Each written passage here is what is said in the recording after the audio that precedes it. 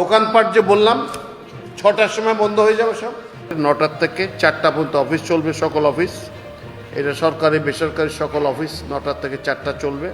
আগামী ৩ মাস পর্যন্ত সরকারি কোনো নতুন যানবাহন ক্রয় করা হবে না, কোনো জলযান ক্রয় করা হবে না, কোনো আকাশযান ক্রয় করা হবে না, কোনো কম্পিউটার সামগ্রী ক্রয় করা হবে না। রাত ৯টায় শুরু হয়ে পৌনে ১১টা পর্যন্ত চলল মন্ত্রিসভার জরুরি বৈঠক।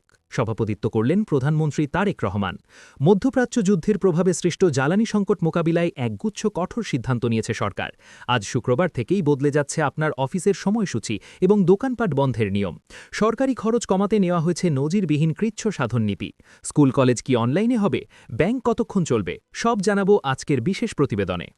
মন্ত্রিসভার সিদ্ধান্ত অনুযায়ী সরকারি ও বেসরকারি অফিসের সময় ১ ঘণ্টা কমিয়ে সকাল ৯টা থেকে বিকেল ৪টা পর্যন্ত করা হয়েছে। ব্যাংকিং খাতেও এসেছে পরিবর্তন। এখন থেকে লেনদেন চলবে সকাল ৯টা থেকে দুপুর ৩টা পর্যন্ত এবং বিকেল ৪টের মধ্যে ব্যাংক বন্ধ করতে হবে। আজ থেকেই এই নিয়ম কার্যকর হচ্ছে।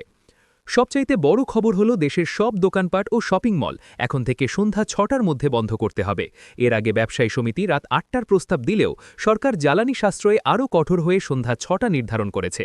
তবে হাসপাতাল, ফার্মেসি, হোটেল এবং কাঁচা বাজার এই নিয়মের বাইরে থাকবে। আগামী ৩ মাস সরকারের খরচ কমাতে বেশ কিছু বড় সিদ্ধান্ত নেওয়া হয়েছে। এই সময় সরকারিভাবে কোনো নতুন গাড়ি, জলযান বা কম্পিউটার কেনা যাবে না।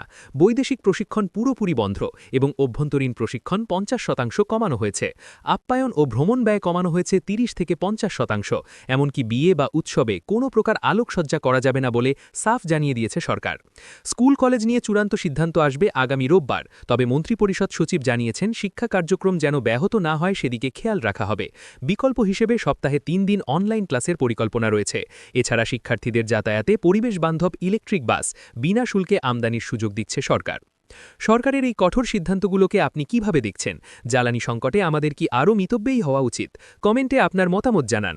দেশ ও বিদেশের সবচাইতে গুরুত্বপূর্ণ খবরের আপডেট সবার আগে পেতে আমাদের চ্যানেলটি এখনই সাবস্ক্রাইব করুন। ধন্যবাদ।